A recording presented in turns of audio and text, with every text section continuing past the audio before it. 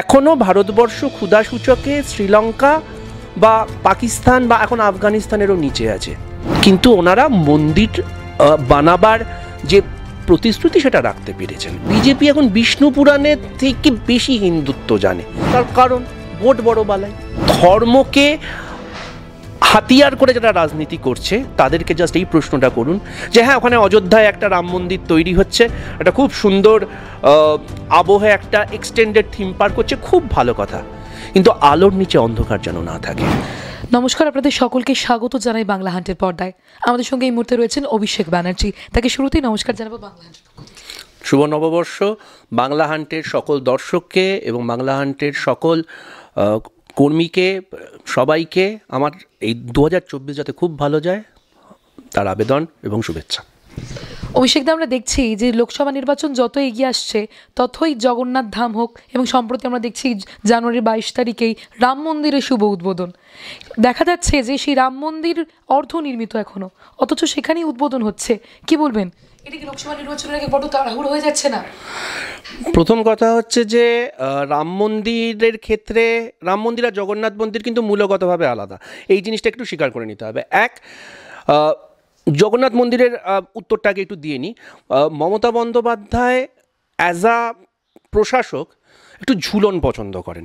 উনি সব জায়গাতেই এই এরকম, মানে তুমি ভাবো বিগ বেনের মতো একটা কেমোফ্লাজ তৈরি হয়েছে লেক টাউনের, তুমি আইফেল টাওয়ারের মতো জিনিসপত্র তৈরি হয়েছে ইকো পার্কে, ঠিক সেরকম পুরীর জগন্নাথ মন্দিরের মতো আরেকটা কেমোফ্লাজ তৈরি হচ্ছে দীঘাতে। এবার এটা ওনার ব্যক্তিগত পছন্দ অপছন্দ হতে পারে, এবার ওনাকে এটা বুঝতে হবে যে লন্ডন তৈরি করতে গেলে লন্ডনের মতো পরিকাঠামো হতে হবে।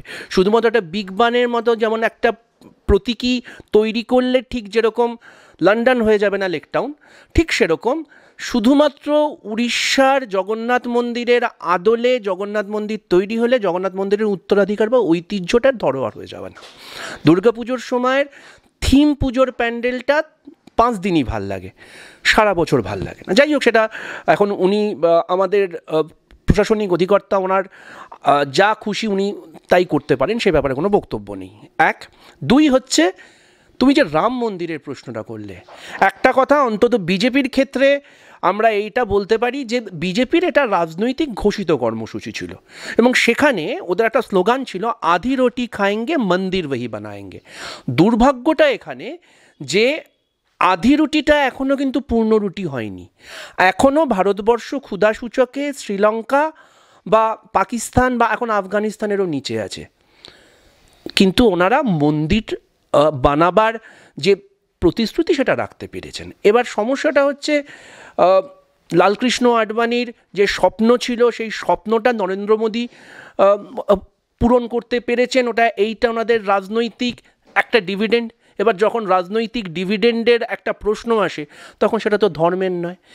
এই মুহূর্তে দাঁড়িয়ে যখন আমি আর তুমি আলোচনা করছি তখন শঙ্করাচার্যরা নিজেরা 4 জন যে শঙ্করাচার্য তারা এর বিরোধিতা করছেন। তার কারণ, 1, অর্ধনির্মিত মন্দিরে গৃহপ্রবেশ বা অর্ধনির্মিত মন্দিরে প্রাণ প্রতিষ্ঠা হয় না, এটা আমার বক্তব্য নয়, এবং তারা কেউ কংগ্রেসই নন। এবার তাদেরকে বিজেপি বিধর্মী বলবে কিনা আমি জানি না। সমস্যাটা কী বলতো, বিজেপি এখন বিষ্ণু পুরাণের থেকে বেশি হিন্দুত্ব জানে। আনফর্চুনেট ব্যাপারটা হচ্ছে এখানে রাম মন্দির নিয়ে আমি এর আগেও অন্য একটা জায়গাতেও বলছিলাম যে আজকে আমরা যদি এটা নিয়ে আলোচনা করি যে রামচন্দ্র ঐতিহাসিক পুরুষ না পৌরাণিক পুরুষ না, সেটা নিয়ে আলোচনা করতে গেলে অনেকগুলো বক্তব্যকে সামনে আনতে হবে। আমাদেরকে এই স্বীকারটা করতে হবে যে শ্রী বিষ্ণুর 10টা অবতার আছে। সেই 10টা অবতার 4টে যুগে ছিল, সত্য, ত্রেতা, দাপর এবং এখন কলিযুগ। সেই 10টা অবতারের ভেতর তুমি বুকে হাত দিয়ে বলো তো, তুমি আজ অবধি মৎস্য অবতারের মন্দির দেখেছো? তুমি নৃসিংহের আলাদা করে উপাসনা দেখেছো? তার কারণ তারা বামনের কারণ তারা প্রত্যেকে একটা নির্দিষ্ট পারপাস সার্ভ করবার জন্য সেই যুগে এসছে, তাদেরকে যুগাবতার বলা হয়। শ্রীরামচন্দ্র কিন্তু ঈশ্বর হিসেবে আমাদের এখানে আসেননি, তিনি মানুষ অবতারে এসেছিলেন। এবং আমাদের পুরাণ বা আমাদের শাস্ত্র কিন্তু মানুষকে পুজো করবার লাইসেন্স দেয় না। হ্যাঁ, এখন হয়তো তুমি লোকনাথ বাবার মন্দির দেখবে, এখন হয়তো তুমি অন্যান্য মানুষেরও হয়তো তুমি মন্দির দেখবে, কিন্তু সেখানে কিন্তু উপাসনাটা হয় না। রামচন্দ্রকে উপাসনা করলে যে কেউ উপাসনা করতেই পারেন, কিন্তু শাস্ত্রমতে কিন্তু এখানে একটু গোলমাল আছে। এখন কিছু করার নেই, এখন ভোট বড় বালাই, এখন ভোট মানে ভোটের সুবাদে এই জিনিসগুলো তোমরা তো ইভিন এই যে লক্ষ্যকণ্ঠে গীতাপাঠ দেখলে, সেটা কোন সময়ে দেখলে? সেটা দেখলে হচ্ছে এমন একটা মাস, যে মাসটাকে মল মাস বলি আমরা, যে মাসে আমাদের হিন্দু বাড়িতে কখনো কোনো শুভ কাজ হয় না, কিন্তু হলো, তার কারণ ভোট বড় বালাই। এবার তুমি যদি রাজনীতি ধর্মটাকে যদি রাজনীতিতে মিলিয়ে ফেলো, তাহলে কিছু করার নেই। এবং যারা বাংলা হান্টের দর্শক, তাদেরকে আমি খুব বিনীতভাবে কতগুলো প্রশ্ন করছি, আপনারা একটু মিলিয়ে দেখে নেবেন। আমার কথার সঙ্গে যদি সাযুজ্য না থাকে, আপনারা যে কোনো ক্ষেত্রে ব্যাপারটা দেখতে পারেন। ইনফ্যাক্ট যারা উত্তর 24 পরগনা এবং নদিয়া সংযোগস্থলে থাকেন, তারাও এই ব্যাপারটা নিয়ে একটু আলাদা করে আলাপ আলোচনা করতে পারেন। আপনারা একটু ভেবে দেখবেন যে আমাদের ভারতবর্ষে 51টা শক্তিপীঠ আছে, আরও 1 লক্ষ সতীপীঠ বা শক্তিপীঠ আছে। আমাদের এখানে 1 লক্ষ শৈব ধাম আছে, আমাদের এখানে অনেক বিষ্ণু ধাম আছে, কিন্তু অবতারদের মন্দির ঐতিহাসিকভাবে কেন নেই? হ্যাঁ, একটা বড়বাজারের কাছে একটা রাম মন্দির, সেটা 100-150 বছরের পুরনো একটা মন্দির থাকতে পারে, কিন্তু ঐতিহাসিক চোল, চালুক্য, পান্ডিয়ান, দ্বিতীয় পুলকেশীর সময়, বা ইনফ্যাক্ট আপনি যদি রাজস্থানের রাজপুতানাতে যান, যেখানে হচ্ছে ট্র্যাডিশনালি হিন্দু ধর্মের ধারক বাহকরা ছিলেন, তাদের সেখানে কেন আমরা অবতারদের মন্দির দেখতে পাই না? আমরা কেন নৃসিংহের মন্দির দেখতে পাই না? আমরা কেন পরশুরামের মন্দির দেখতে পাই না? আমরা কেন এই প্রশ্নটা করব না যে নৃসিংহ যে হিরণ্যকশিপুকে মারবার জন্যে মর্তে আগত হলেন, তিনি যদি কুরুক্ষেত্রের ওখানে দাঁড়াতেন 1 সেকেন্ড লাগতো, বা তিনি যদি রাম রাবণের যুদ্ধে আসতেন, বা বামন যে তার আয়তনটা এত বড় করে ফেলেছিলেন যে কেরো আঙুলের নিচে বলিকে শেষ হতে হয়েছিল, তিনি যদি আসতেন, রাবণ 1 সেকেন্ডে তিরোহিত হতেন। কেন আসেননি? কারণ তার পারপাসটা ওখানে সীমাবদ্ধ ছিল। যখন আমরা এই যুগাবতারের আলোচনাগুলো করবো, এবং আমি আপনাদেরকে যখন এই কথাগুলো বলছি, এগুলো কিন্তু বিষ্ণু পুরাণ থেকে বলছি, এগুলো কিন্তু পদ্মপুরাণ থেকে বলছি। তার মানে কি আপনি উপাসনা করবেন না? আপনার চয়েস, সেটা আপনি যাকে খুশি উপাসনা করতে পারেন। আমাদের এখানে কেউ শৈব, কেউ শাক্ত, কেউ বৈষ্ণব, তাদের এক একজনের এক একটা উপাস্য দেবতা আছে, কিন্তু এটাই আমার ঐতিহ্যের উত্তরাধিকার, এটা যদি চাপিয়ে দেওয়া হয় তাহলে একটু সমস্যা আছে। ঠিক যেরকম সমস্যা আছে বৈষ্ণব বাড়ির দুর্গাপুজো এবং শাক্ত বাড়ির দুর্গাপুজো যেমন এক হয় না। দুর্গাপুজো কেন? আপনারা ঠান্ডা মাথায় ভেবে দেখবেন যে বৈষ্ণব বাড়ির সিংহের সিংহকে কেন ঘোড়ার মতো দেখতে হয়, এবং শাক্ত বাড়ির সিংহকে কেন অন্যরকম দেখতে হয়? অর্থাৎ আপনার উপাচার, আপনার উপাস্য এক হলেও আপনার আঙ্গিক কিন্তু আলাদা হয়। এটাই আমার ভারতবর্ষের হিন্দু ধর্ম, যে হিন্দু ধর্ম সবাইকে সবার মতো করে উপাসনা করতে দেয়।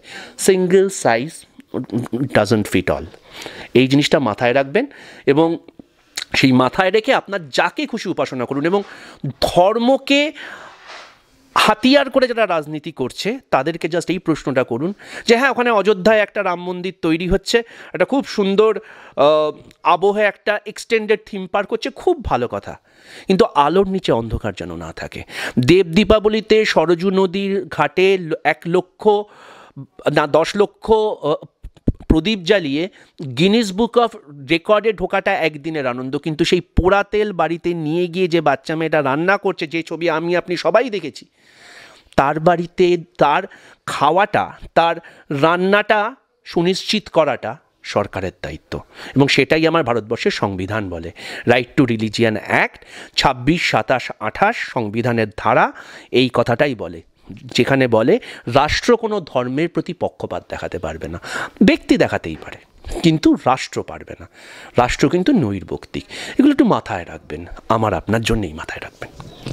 আমরা দেখছি অভিষেক, বারংবার থেকে বিজেপির তরফ থেকে যে দাবি করা হচ্ছে যে বিভিন্ন রাজনৈতিক মতাদর্শ নির্বিশেষে প্রত্যেকের কাছে আমন্ত্রণপত্র গেছে এই রাম মন্দির উদ্বোধনের জন্য, কিন্তু মমতা বন্দ্যোপাধ্যায় ইতিমধ্যে বলেছেন তিনি যাচ্ছেন না, এবং অনেক রাজনৈতিক দলের পরিপ্রেক্ষিতে আপনাদের তরফ থেকে জানানো হয়েছে যাচ্ছেন না তারা। বিজেপির তরফ থেকে দাবি করা হচ্ছে যারা যাচ্ছেন না তাদের রামে অ্যালার্জি আছে কিংবা হিন্দুত্বে অ্যালার্জি আছে, কি বলবেন? ওই যে বললাম যে অগ্রাধিকারের অগ্রাধিকার প্রশ্ন। আমি উল্টো প্রশ্নটা করতে পারি, যারা আবেদনটা পাঠিয়েছেন, আমার এই মুহূর্তে তুমি যখন আলোচনা করছি ভারতবর্ষের 51টা শক্তিপীঠের, আমি বাংলার বিজেপি নেতাদের বলছি, 51টা শক্তিপীঠের 5টা শক্তিপীঠ, 6টা শক্তিপীঠ আমার এই বাংলাতে আছে, কিরিটেশ্বরী হোক, কঙ্কালীতলা হোক বা ফুল্লরা হোক, সব জায়গায় আপনারা গেছেন।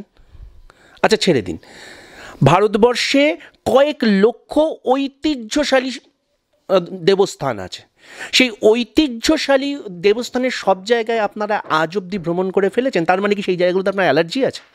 এটা হাস্যকর বক্তব্য। আমি বারবার বলছি প্রত্যেকটা মানুষের জীবনে অগ্রাধিকার আছে। আমার এই মুহূর্তে রাম মন্দিরটা, আমি নিজে একজন কংগ্রেসী, আমি এই জন্মসূত্রে একজন হিন্দু, কিন্তু হিন্দু ধর্ম বা আমি একজন জন্মসূত্রে ব্রাহ্মণও বটে, কিন্তু সেই পরিচিতিগুলো আমার ব্যক্তিগত জীবনচর্যা, আমার আহ্নিক করাটা আমার নিজের ধর্মীয় আচার। আমাকে যদি আবেদন করা হয়, আমাকে যদি আজকে ইনভাইট করা হয়, যাওয়া না যাওয়াটা আমার ডিসক্রিপশন, এর সঙ্গে রামের প্রতি আমার কোনো রকম অসম্মান যেমনই, আবার সব কিছু ছেড়ে দিয়ে রামই একমাত্র আমার উপাস্য, এটা ভাবারও কোনো কথা নেই। আমার ব্যক্তিগত উপাস্য অন্য কেউ হতেই পারে।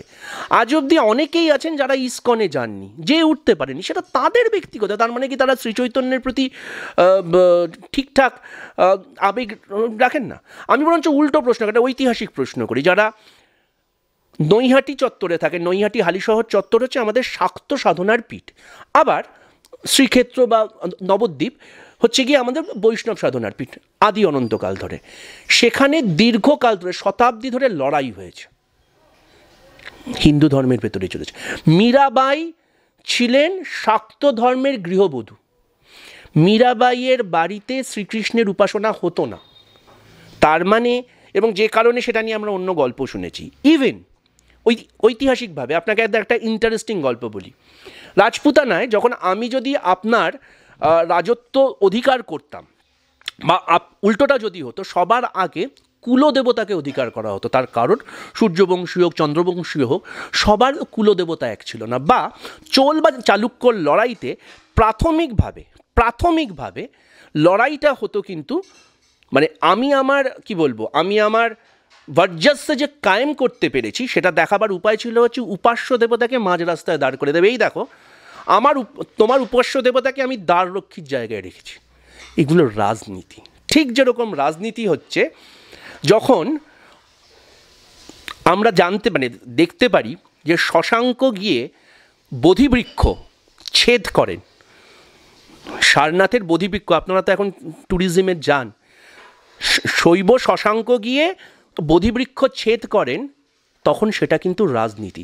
আপনারা ঘুরে এই প্রশ্নটা করেন না, সেই 10 অবতারের, বিষ্ণুর 10 অবতারের এক অবতার তো Gautam Buddha.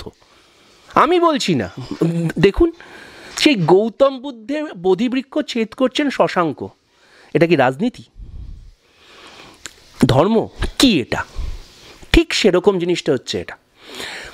Late be very Frank, রামচন্দ্রকে সামনে রেখে রাজনৈতিকভাবে বিজেপি তাদের নিজস্ব একটা রাজনৈতিক পন্থাকে বাস্তবায়ন করতে যাচ্ছে। যারা যাবেন, যারা যাবেন না তাদের ডিসক্রিপশন। শ্রীরামচন্দ্র সারা ভারতবর্ষের সবার উপাস্য নয়, আমারও উপাস্য নয়। আমি হিন্দু হতে পারি, তার মানে শ্রীরামচন্দ্র আমার ন্যাচারাল উপাস্য, এটা ভাবার। আমরা ঘটনাচক্রে, ইভিন আমরা যারা বাংলায় থাকি, আমরা অকালবোধনের দুর্গাপুজোটা পুজো করি, যে অকালবোধনের দুর্গাপুজো কিন্তু রামেরও উপাস্য ছিল। আমাদের এখানে রামনবমী গত 9 বছর ধরে আস্তে আস্তে একটা ট্র্যাকশান পাচ্ছে।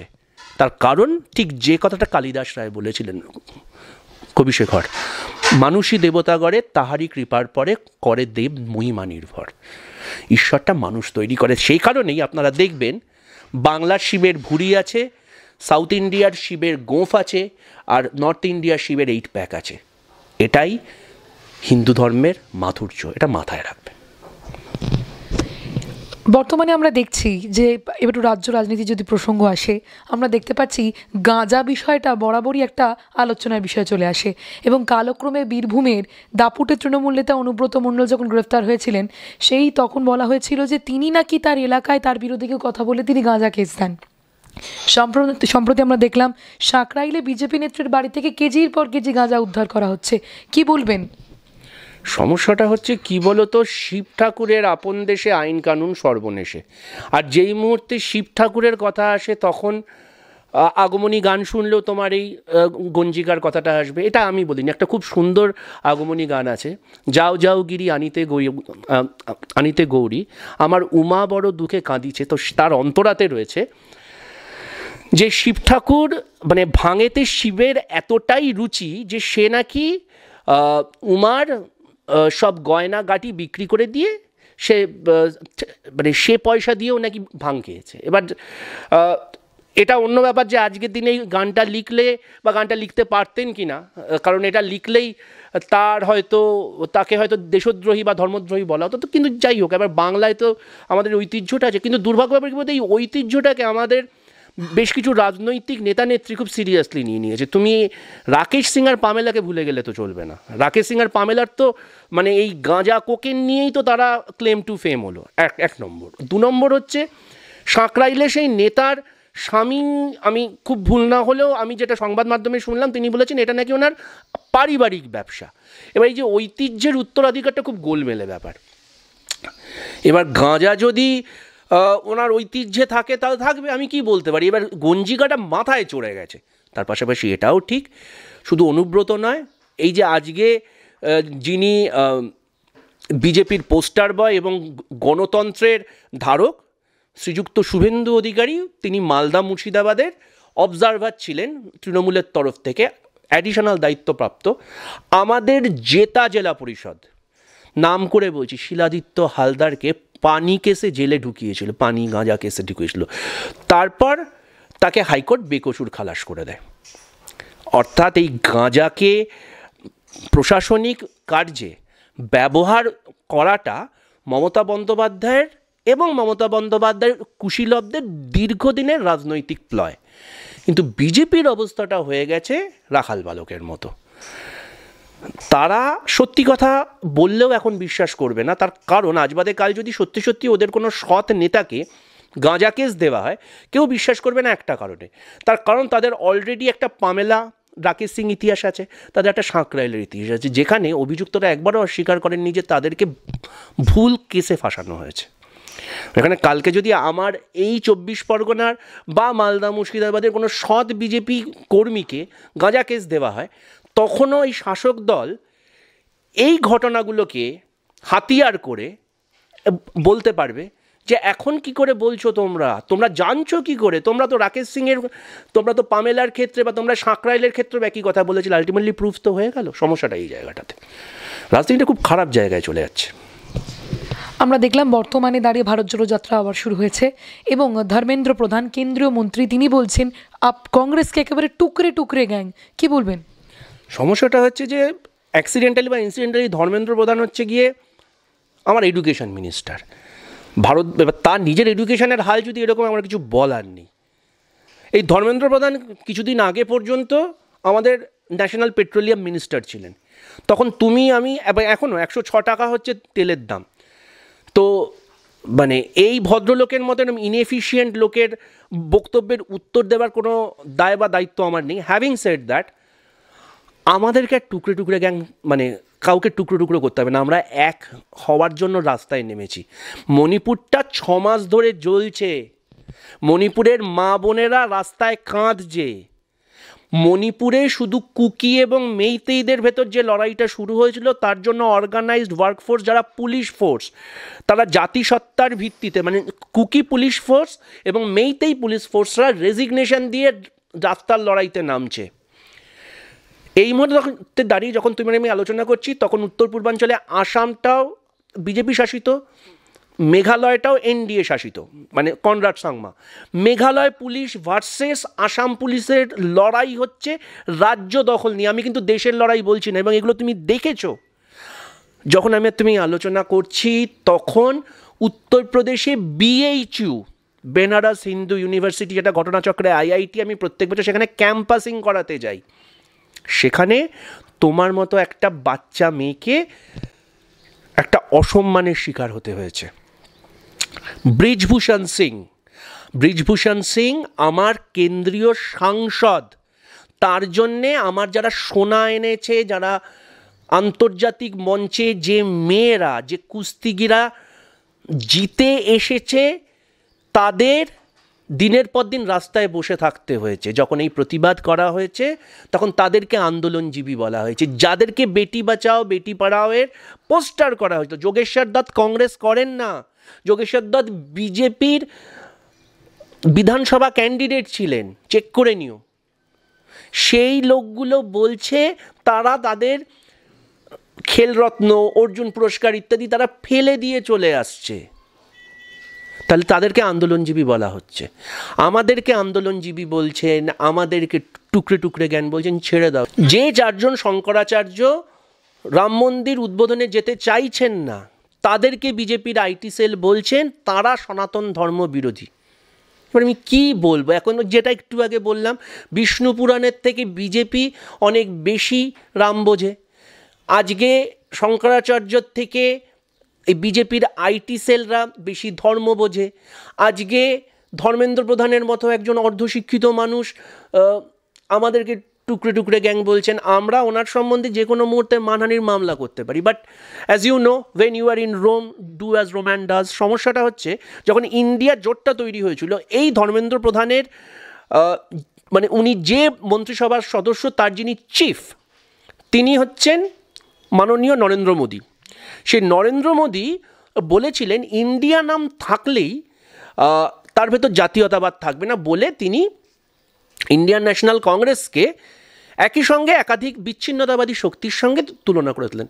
ওনাকে আমরা বিনীতভাবে একটা প্রশ্নই করতে চাই, আপনি দায়িত্বজ্ঞানহীন সে ব্যাপারে আমাদের কোনো সন্দেহ নেই, কিন্তু ন্যাশনাল ইলেকশন কমিশন স্বীকৃত একটা দলকে আপনি যখন এই কথাগুলো বলেন, যে গঞ্জিকার কথা একটু আগে তুমি বলছিলে, সেটা সেবন করে বলেন, কিছু করার নেই। ওই যে বললাম, কর্তার ইচ্ছায় কর্ম, ডু অ্যাজ রোম্যান ডাজ, এটাই তো বাস্তব। শেষ প্রশ্ন করব। আমরা সন্দেশখালীর ঘটনা দেখলাম। শেখ শাহজাহান তৃণমূলের দাপুটে নেতা, সেই দাপুটে নেতাকে ধরতে গিয়ে কেন্দ্রীয় তদন্তকারী সংস্থা, কেন্দ্রীয় বাহিনী নিয়ে গিয়েও একেবারে মাথা ফাটিয়ে ফিরলেন। তার পরবর্তীতে প্রশ্ন উঠেছে, বারংবার তৃণমূল কংগ্রেসের তরফ থেকে এবং বিজেপি বিরোধী যে সংগঠনগুলি রয়েছে তারা দাবি করেছেন যে বিজেপি কেন্দ্রীয় তদন্তকারী সংস্থাকে তাদের অঙ্গুলি হিলন করছে বা অঙ্গুলি হিলনের মাধ্যমে কন্ট্রোল করছেন। অপর প্রান্তে বিজেপির পক্ষ থেকে বারংবার দাবি করা হয়েছে তৃণমূল কংগ্রেস রাজ্য পুলিশকে ব্যবহার করছে। এর মাঝখান থেকে সাধারণ মানুষের যে সুরক্ষা, সেটা তো কোথাও বাধাপ্রাপ্ত হচ্ছে, সেটার উপর প্রশ্ন উঠছে নাকি? 100% উঠছে। তোমাকে একটা খুব ইন্টারেস্টিং গল্প বলিস। তুমি যখন এই প্রসঙ্গটা তুললে, যার হাতে পুলিশ, যার হাতে যতটুকু সুযোগ আছে, সে তার অপব্যবহার করছে। একটু আগেই গাঁজা কেসের যে বক্তব্যটা এলো, এই শুভেন্দু অধিকারী যখন তৃণমূলের অঘোষিত নাম্বার 2 ছিল অ্যাডমিনিস্ট্রেশনের, তখন পানি কেসে বা গাঁজা কেসে আমাদের একাধিক বিরোধী নেতা নেত্রীকে জেলে ঢোকানো হয়েছে। আমরা সেই দিনটা ভুলে যাইনি, যখন মানস ভূঁইয়া থেকে রবি চ্যাটার্জি থেকে শুরু করে মুকুল রায়কে খুনের মামলায় তাদেরকে অভিযুক্ত করা হয়েছিল। তারপর আমরা সবাই জানি খুনের মামলা তামাদি হয় না। তারপর যখন তারা তৃণমূলে গেছেন, তারা আর এগোয়নি, সেই তদন্তগুলো আর এগোয়নি। এগুলো বাস্তব। এবার মমতা বন্দ্যোপাধ্যায়, এবং এটা আমি বলছি না, কুণাল ঘোষ নিজের এই রাজীব কুমারের ডিজি পদে অভিষিক্ত হওয়ার দিন কুণাল ঘোষ বলেছেন, অভিনন্দন রাজীব কুমার, শুধু দেখবেন কোনো বেকসুর মানুষকে আমার মতো হ্যারাস করবেন না। তার মানে বেকসুর মানুষকে হ্যারাস করবার একটা ট্র্যাডিশন মমতা বন্দ্যোপাধ্যায়ের আছে, এটা আমি বলিনি, কুণাল ঘোষ বলেছেন। এবার ফ্যালাসি হচ্ছে যে তারপরও যে সিবিআই এর সামনে অ্যাক্রস দ্য টেবিল বসা সারদা কাণ্ডে শিলংয়ে রাজীব কুমার এবং কুণাল ঘোষ, তার ভেতর আজকে কুণাল ঘোষ বাইরে এখন তৃণমূলের ফেস বা মাউথ যাই বলো না কেন, আর রাজীব কুমার আমার রাজ্যের ডিজি। আমার প্রশ্ন, সারদা কাণ্ডের যে সারদা তদন্তটার এই মুহূর্তে লোকাল স্ট্যান্ডিটা কি? সেটা কি তামাদি হয়ে গেছে? তাহলে দুজন অভিযুক্ত বা প্রাইম সাসপেক্ট রাস্তায় ঘুরে বেড়াচ্ছে কী করে? তার মানে কোনো পক্ষের প্রশ্রয় বা প্ররোচনা আছে। সমস্যাটা কোথায় হয়ে যাচ্ছে ভালো করে বোঝো। সেটা হচ্ছে সিবিআই ইডি যে বিজেপি সরকারের একটা এক্সটেন্ডেড আউটফিট, এটা কোনো সন্দেহের অবকাশ নেই। তুমি ভাবো তো, ডিকে শিবকুমারের বাড়িতে যখন ঢুকছে, গিয়ে তাকে গ্রেফতার করছে, 1.5 বছর বাদে যখন তাকে বেকসুর খালাস হচ্ছে, তখন ডিকে শিবকুমার কর্ণাটক থেকে জেতবার পর উনি বলছেন, আমার কাছে অফার ছিল যে আপনি আজকে কংগ্রেস থেকে বিজেপিতে আসুন, আপনাকে উপমুখ্যমন্ত্রী করে দেব, আপনাকে মুখ্যমন্ত্রী করে দেব, আপনার এগেনস্টে সব কেস ড্রপ হয়ে যাবে। এটা কে বলছে? ডিকে শিবকুমার সর্বসমক্ষে দাঁড়িয়ে প্রেস কনফারেন্স করে বলছেন। কিন্তু আমি যাইনি, কারণ আমার কাছে আদর্শটা স্ট্রং। সেই ডিকে শিবকুমার এটা বলার পর তুমি আজ অবধি দেখলে যে কেন্দ্রীয় সরকার তার বিরুদ্ধে কোনো তদন্ত করতে পারলো বা মানহানির মামলা করতে পারলো? তাহলে এই অভিযোগটা, বা আমাদের দলেরই, আমি আমাদের দলের কথাই বলছি, পি চিদম্বরমের বাড়ির পুরো একদম হিন্দি সিনেমার মতো আমরা কি দেখলাম, পুরো ওই পাঁচিল ফাঁচিল টপকে তার বাড়িতে ঢুকে পি চিদম্বরম বলছেন যে এত মানে কসরত করে আসবার কিছু না, আমি তো আছি বাড়ির ভেতর। উনি গ্রেফতার হলেন, ওনার বেল অ্যাপিল হলো। পি চিদম্বরম কী বললেন? আমি বেল নেব না, আমি প্রত্যেক দিনের এই যে তদন্তটা হবে এবং প্রত্যেক দিনের যে কোর্ট কেসটা হবে, আমি চাই সেটা পাবলিক হোক। আমি প্রত্যেক দিন আপনাদেরকে আনার্থ করব, আপনাদেরকে নগ্ন করে দেবো। কি হলো? আজকে পি চিদম্বরম বহাল তবিয়াতে বেরিয়ে এলেন।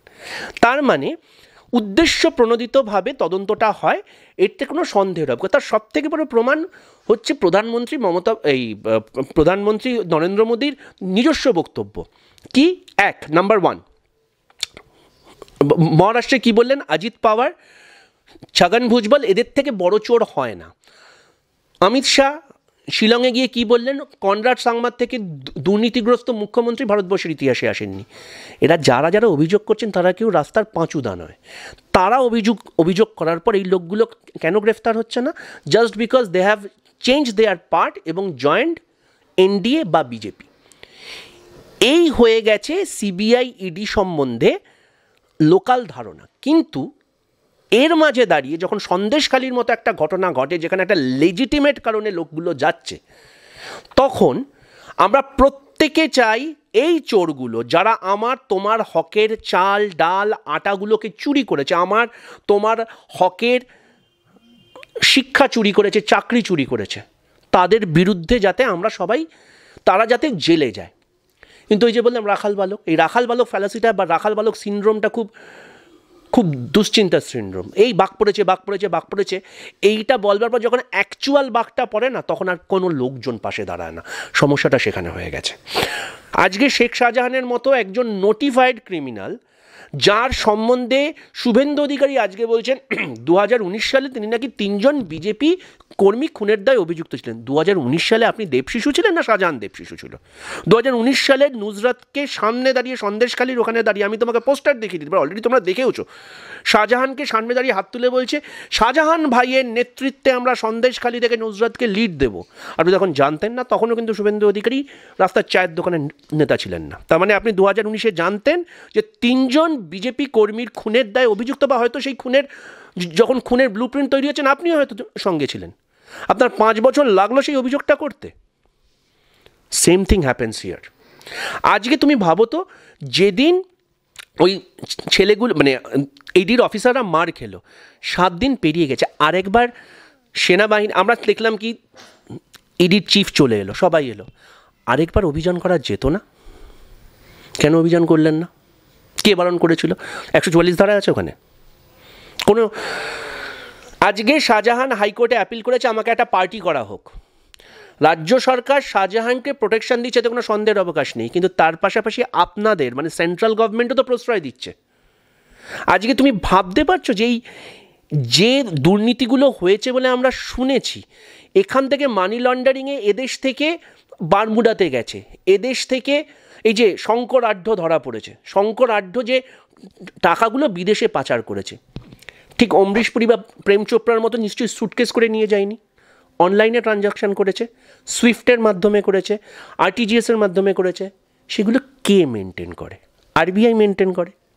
এতদিন ধরে কি করছিল? যে কোম্পানি অ্যাক্ট অনুযায়ী, এই যে ভুয়ো কোম্পানি, সেই কোম্পানির লাইসেন্সটা কে দেয়? সেন্ট্রাল গভর্নমেন্ট দেয়। তোমার বাড়িতে একটা, আমি তোমায় দেখিয়ে দেবো এরকম একাধিক, সেটা সারদার সময়ও সামনে এসেছিল, যে 10 বাই 10 রুম, যেখানে একটা ইলেকট্রিসিটির লাইন নেই, তুমি সেখানে একটা কোম্পানি বানিয়ে দিচ্ছ, একটা এমডি বানিয়ে দিচ্ছ, একটা চেয়ারম্যান বানিয়ে দিচ্ছ, যে গিয়ে তোমার বাড়ির যে রান্না করছে, যে কাপড় ধুচ্ছে। এবার সেই জিনিসগুলো তো প্রশ্রয় সেন্ট্রাল গভর্নমেন্ট দিয়েছে। Rome was not build in a day and everything is rotten. এই যে দুটো ঘটনা একসঙ্গে ঘটেছে, এখানে হ্যামলেটও চলছে, এখানে একটা নিরোও আছে, এবং সেই নিরোগুলো আনফর্চুনেটলি সকালে পদ্মফুল, বিকেলে তৃণমূল, দিনের শেষে আপনি এপ্রিল ফুল। এবং এই এপ্রিল ফুলটা বানানো হচ্ছে, খুব কনসিয়াসলি বানানো হচ্ছে। That is the fallacy. অনেক ধন্যবাদ অভিষেক ব্যানার্জিকে। আপনারা এতক্ষণ দেখছিলেন বাংলা হান্ট। ক্যামেরায় সুস্মিতার সঙ্গে আমি ওয়েন্দ্রিলা, বাংলা হান্ট, কলকাতা।